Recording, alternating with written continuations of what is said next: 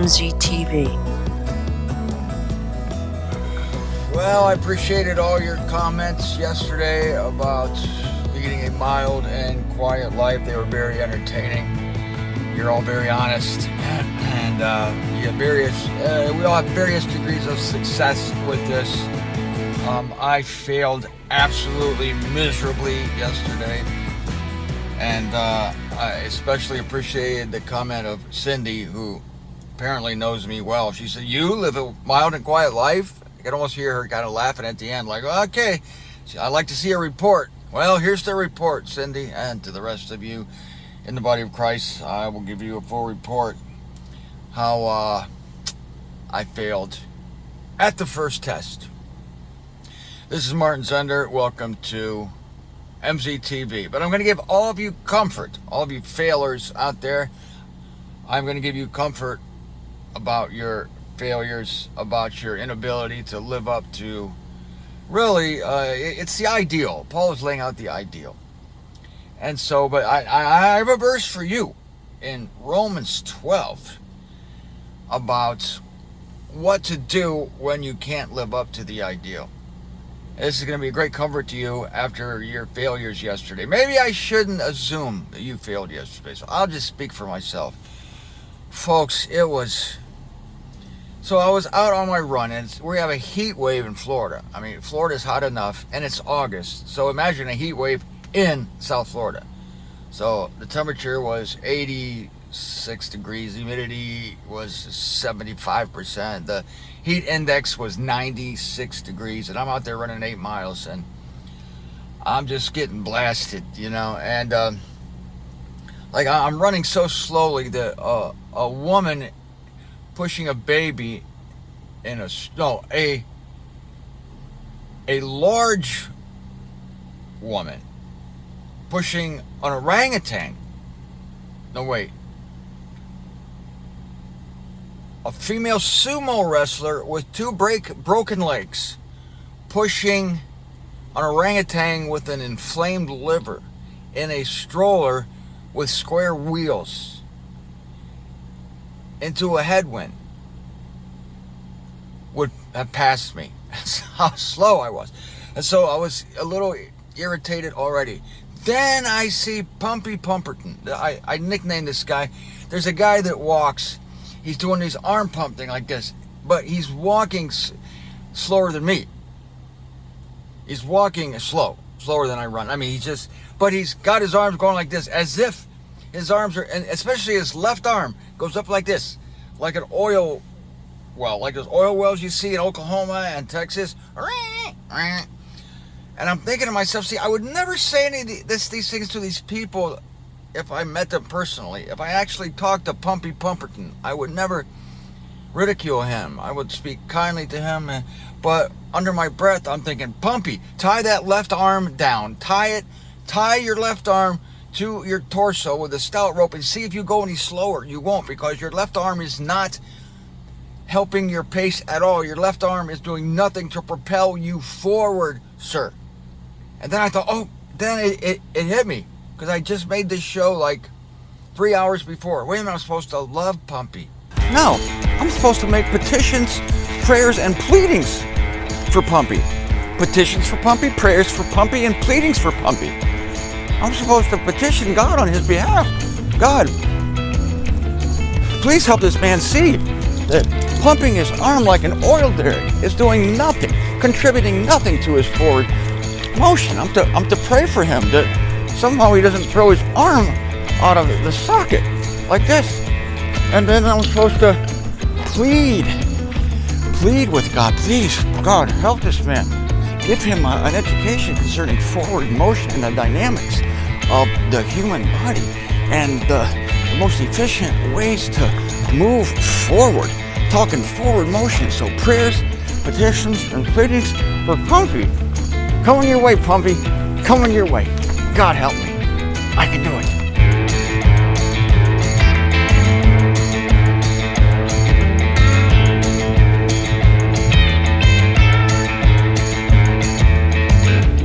Supposed to love Pumpy. So I said to myself, I love you, Pumpy. It wasn't working. It wasn't working. I don't even know this guy. Just as I'm trying to love Pumpy, some guy comes by on a bicycle. He's in the bicycle lane, bless his hairy heart, but he's going the wrong way in the bicycle lane. And there's a bicyclist coming from behind me. I can see out of the corner of my eye, trying to get this bicyclist behind me is going the correct way.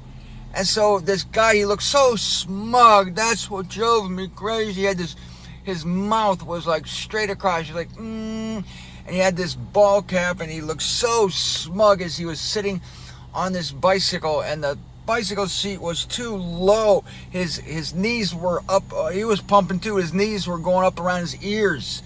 And I'm thinking, raise your bicycle seat 1.5 feet. What is the matter with you? And so I got so irritated at that guy. I practically hated that guy. And then I just realized I'm supposed to pray for him. I'm supposed to bless him.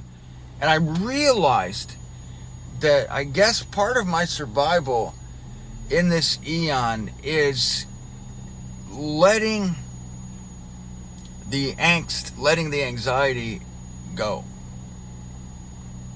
And the way you do that is to curse or say something terrible. But this isn't right. I'm not recommending what I did, my failures today. I'm not recommending them. How can I recommend these failures? But as Mark Twain says, when angry, count to 10. When very angry, curse. And it does seem to have a laxative effect. And so I realized that I failed. And then later today, as I was driving, well, there was this lady in front of me, and they had closed one of the lanes on 4th Street, and we're coming up on Davie Boulevard, which is hard enough to get the green light through Davie. If you get a green light on Davie, it's like, oh my God. You realize, you know God hates you when you get, if you're on Davie and you get a red light on Davie, because I call Davie the King's Highway, Davie Boulevard. Oh my God. If you're on Davie Boulevard, like I say, you know God hates you if you get a red light on Davie. But if you're trying to cross Davie, God help you. God help you. For some crazy reason, we had the green light on 4th Street to cross Davie. This lady's slowing down. I felt like yelling at her. I said, don't you realize what's happening here? Don't you realize how rare it is that we have the green light on Davie? She's slowing down. I mean, part of me doesn't blame her. It's like, what? Green light? Crossing Davie? I know. It's weird. But you gotta go. She slows down, and we end up, and the light turns red, and I'm like, could not love that woman. I prayed for the woman in a terrible way. It wasn't even a prayer. It was a prayer of murder and mayhem. God help me. Then I thought of Romans 12. Romans 12 comes to our emotional rescue. Riding across the desert on a fine Arab charger. Here it is. Romans 12. I'm entreating you then, brethren, by the pities of God, to present your bodies a sacrifice, living, holy, well-pleasing to God. Well, does it mean that we're always well-pleasing to God? No, it just means that as we present our bodies as a sacrifice to God. It's like, this is my body, do with it what you will. This is my disposition, do with it what you will. I didn't put Pumpy Pumperton on the road. I didn't put this guy, this individual going the wrong way in the bike lane. I didn't put him on the road. I didn't put this lady getting the green light to cross Davie and blowing it. I didn't put her on the road. This is your life, God. This is your arrangement. And I am your servant. And my body is yours. My disposition is yours. And see, what pleases God is when you just lay it at his throne. You lay your body at his throne and say, this is it. This is my sacrifice. You know, I know back in Israel, they had to pick the perfect, unblemished lamb. And no human could be unblemished. I guess there's some lambs that could do that. Some lambs could be unblemished. But they were unblemished on the outside, not on the inside. Nobody could test the interior of the lambs to see if they had all pure thoughts. There's no way the lamb could have a pure thoughts completely. I don't know. I don't think it was all an outward thing. So that comforts me when I think of the Lamb, and I think, well, okay, then if I'm to present myself a sacrifice to God, this has nothing to do with my. Obviously, it has nothing to do with my exterior, but it doesn't have to do with the interior either. It has to do with the fact that we are God's, and we say, "Here I am." Right. So let's go on. Your logical divine service. Present your bodies a sacrifice, living, holy, well-pleasing to God. God is pleased when we don't feel we have to make ourselves up for Him. Your logical divine service, and not to be configured to this eon, but to be transformed by the renewing of your mind, for you to be testing what is the will of God, good and well-pleasing and perfect. We did that yesterday. We're good.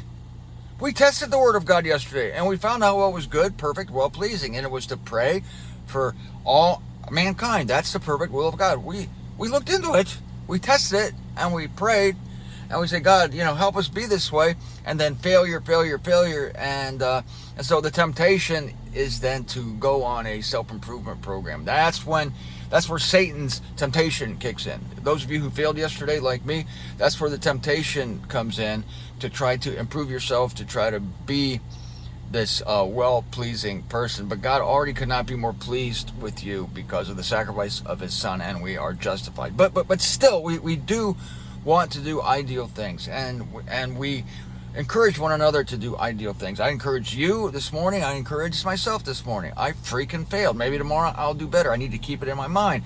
It's a new way of thinking for me. First thing I want to do is just attack. I want to attack. I want to criticize. I want to judge. I'm a very quick judger, very quick. But again, I do this all under my breath, and I don't yell at people. And whenever I meet someone, I'm the nicest guy you ever want to meet. I'm just very kind, very considerate. I would never say. Maybe that's worse. I guess that makes me a hypocrite, doesn't it? I don't know. If it makes me a hypocrite, it makes me a hypocrite. But all right, I'll just leave it at that. So let's go on here in Romans chapter 12. The good stuff's coming up right here. For I am saying, through the grace which is given to me. Here we go. The grace is what covers us. The grace is what covers our failure. The grace covers my failure today. I am saying, through the grace which is given to me, to everyone who is among you, not to be overweening beyond what your disposition must be, but to be of a sane disposition, as God parts to each the measure of faith. For even as in one body we have many members, yet all the members have not the same function. Yeah, some are numbnuts, some are this, some are that, some pray for other people, some try to but can't manage it. So we are many. Some of us are better than others as far as behavior. Many of you are better than me. Many of you are better than me. Some of you are like me. Some of you are worse than me. It's just, but that's the body of Christ for you. We're a hodgepodge. We're a strange mix. But God gives to each the measure of faith, and God gives to each, if I can extrapolate upon that, God gives to each the measure of disposition. That's what Paul says here. This is great. I'm saying to everyone who is among you, how can to everyone who is among you, where else would they be if they weren't among you? Anyway, not to be overweening beyond what your disposition must be. This is like an archaic word, wean. It's your disposition. It's the way you think. That's what it is. I had to look it up. Let me look it up here again for you. Wean. It's not W-E-A-N. That's what babies do. They wean off their mothers. But this is W-E-E-N. Again, it's an archaic word. Wean. Definition. To be of the opinion. To think or suppose. To think. So no one should overthink. No one should be overthinking beyond what your disposition. Actually, I kind of wish a concordant would have been consistent here. The word overweening in the Greek, the English element is disposed. To be disposed. I guess it corresponds with the way you think. So you are not to be overthinking or overdisposed to what your disposition, that is the way you think, the mood you're in, the attitude you have toward other human beings in this world, the attitude you have toward the government, toward the grocery clerk, toward the guy at the gas station, towards your husband, towards your wife, towards your kids. This is a shock. We are not to be overweening, that is overthinking beyond what your disposition must be. So there is a disposition that you must have, that you're destined to have. But I don't want anybody to get fatalistic. Well, I guess my disposition is just to be ornery. I guess my disposition is to be a crank. See, that could very well be. But we're not to think that way. But in a way, we are, I guess. I don't know, beyond what your disposition must be. So whatever disposition you find yourself in today, that's what it must be. Let's put it this way. Whatever disposition you find yourself in today, that's what your disposition must be today. It might be different tomorrow.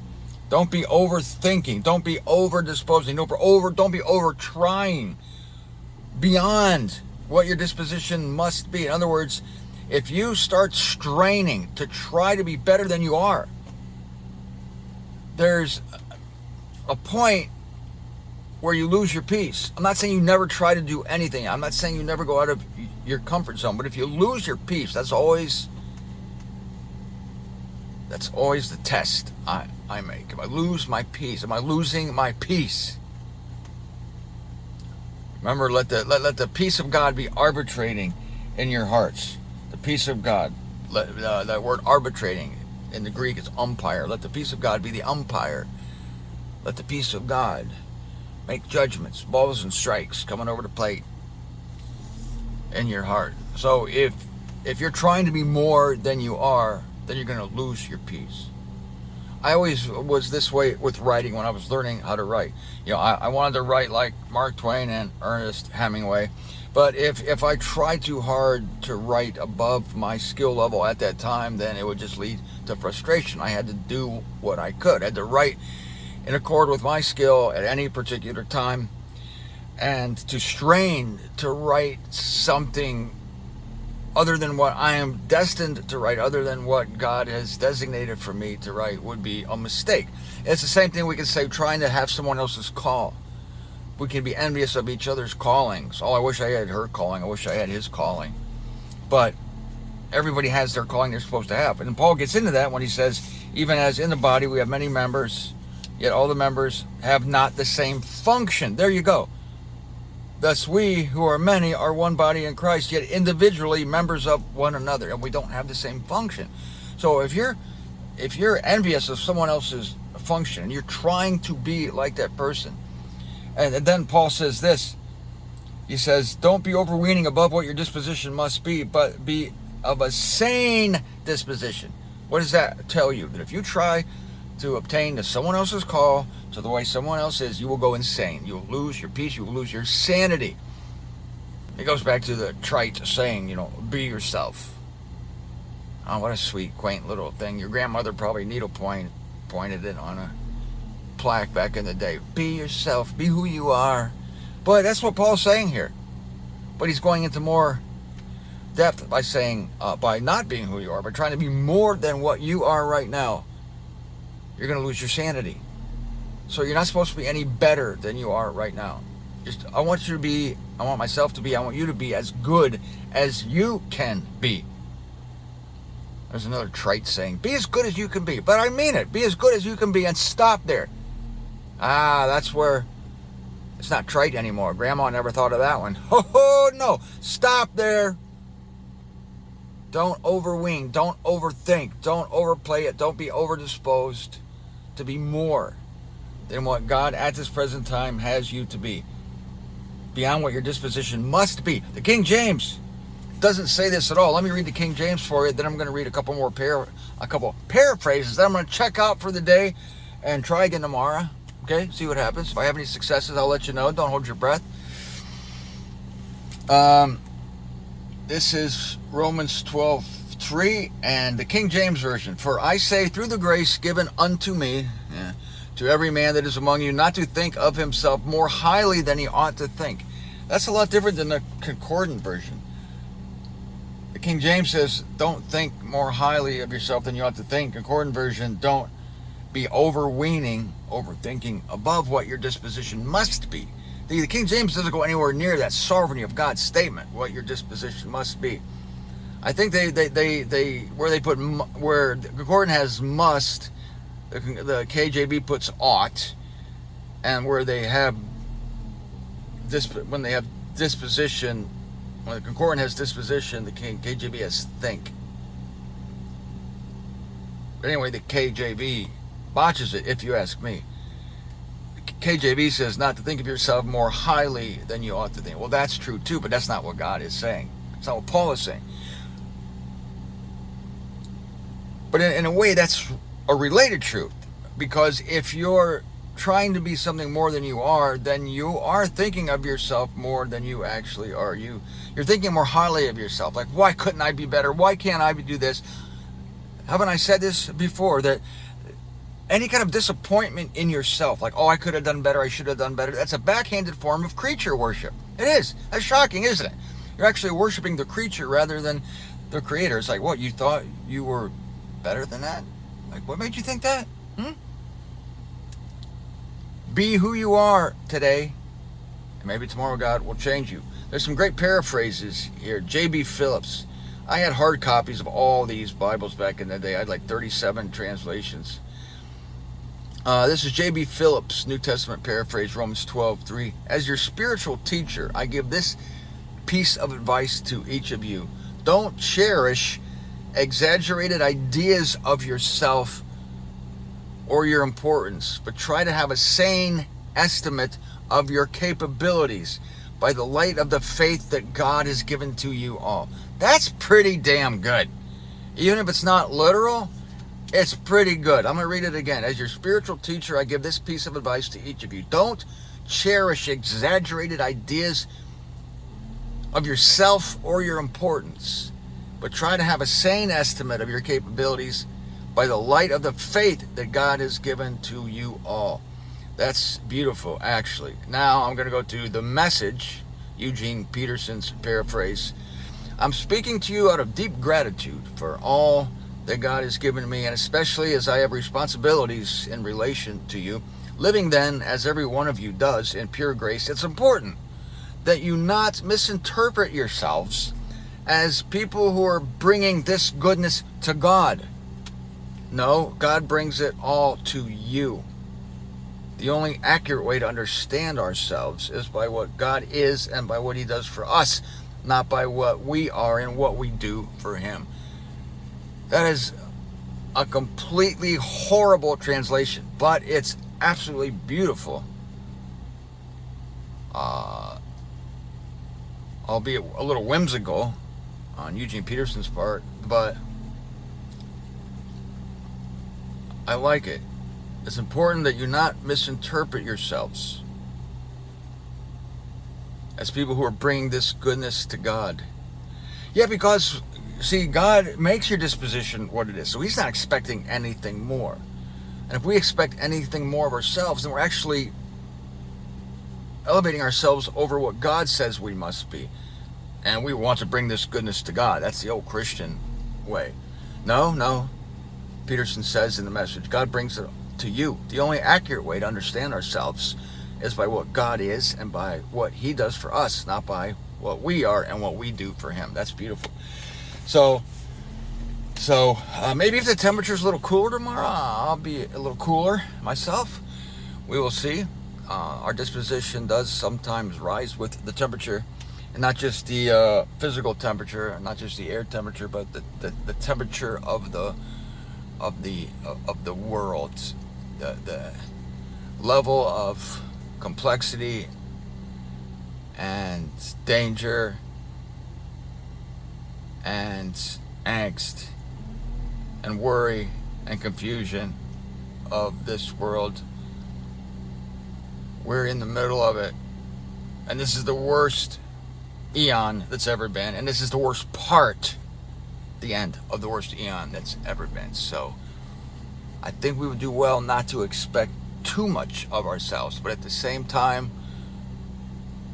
we thank God for what He has given us, and we do what we can to live up to what God has graciously given us, each in accord with our faith.